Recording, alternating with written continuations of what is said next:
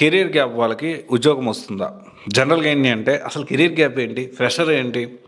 So, experience ఏంటి? So, ఈ గోలంతా ఏంటి? సో, ఈ వీడియోలో మనం మాట్లాడుకుందాము. చాలా ఫ్రీక్వెంట్‌లీ ఆస్క్డ్ క్వెషన్ ప్రతి ఒక్కరికి ఎదురయ్యే క్వెషన్ ఇది. సో, రాంగ్ డైరెక్షన్‌లో వెళ్ళిన తర్వాత జాబ్ రాలేక లేకపోతే రకరకాల రీజన్స్‌తో రాంగ్ డైరెక్షన్‌లో వెళ్తే డెఫినెట్‌లీ సక్సెస్ కాలేరు. ఈ సక్సెస్ కాని టైంలో కరెక్ట్‌గా ఇప్పుడే ట్రాప్ చేస్తారు. ఎవరు? బ్యాక్ డోర్‌లో మీకు జాబ్‌లు ఇప్పిస్తాం. ఇంకోటి చేస్తాం అని అలా చేస్తా ఉంటారు. సో, ఇది క్లారిటీ జనరల్‌గా ఏంటి అంటే సో, ఈ వీడియోలో మనము అసలు కెరియర్ గ్యాప్ ఏంటి? ఫ్రెషర్ ఏంటి? టూల్ నేర్చుకోవాలా? డెవలప్‌మెంట్ సైడ్ వెళ్ళాలా?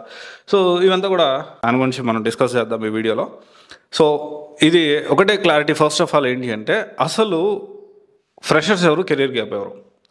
సో, దీని గురించి మనం మాట్లాడుకుందాము. సో, ఇక్కడ మనము టోటల్ 5 కేటగిరీస్‌గా మనం డివైడ్ చేద్దాం. ఓకే. 5 కేటగిరీస్ 2025 నుంచి బ్యాక్ వెళ్తూ ఒక 5 కేటగిరీస్‌గా మనం డివైడ్ చేద్దాము.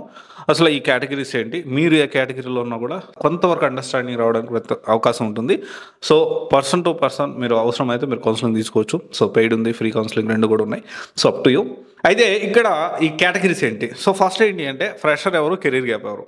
సో, జనరల్‌గా ఏంటి అంటే కొన్ని కంపెనీస్ ఫ్రెషర్‌గా కొంతమంది తీసుకుంటా ఉంటాయి. కెరియర్ గ్యాప్ వాళ్ళను అంటే ఎక్కువ కెరియర్ గ్యాప్ వస్తే ఫ్రెషర్‌గా తీసుకోవన్నమాట. సో, కెరియర్ గ్యాప్ వచ్చింది. ఏం చేసావు అని ఆ ప్రొఫైల్‌ని అలాగే అసలు కనీసం ఇంటర్వ్యూ కూడా షెడ్యూల్ చేయరు.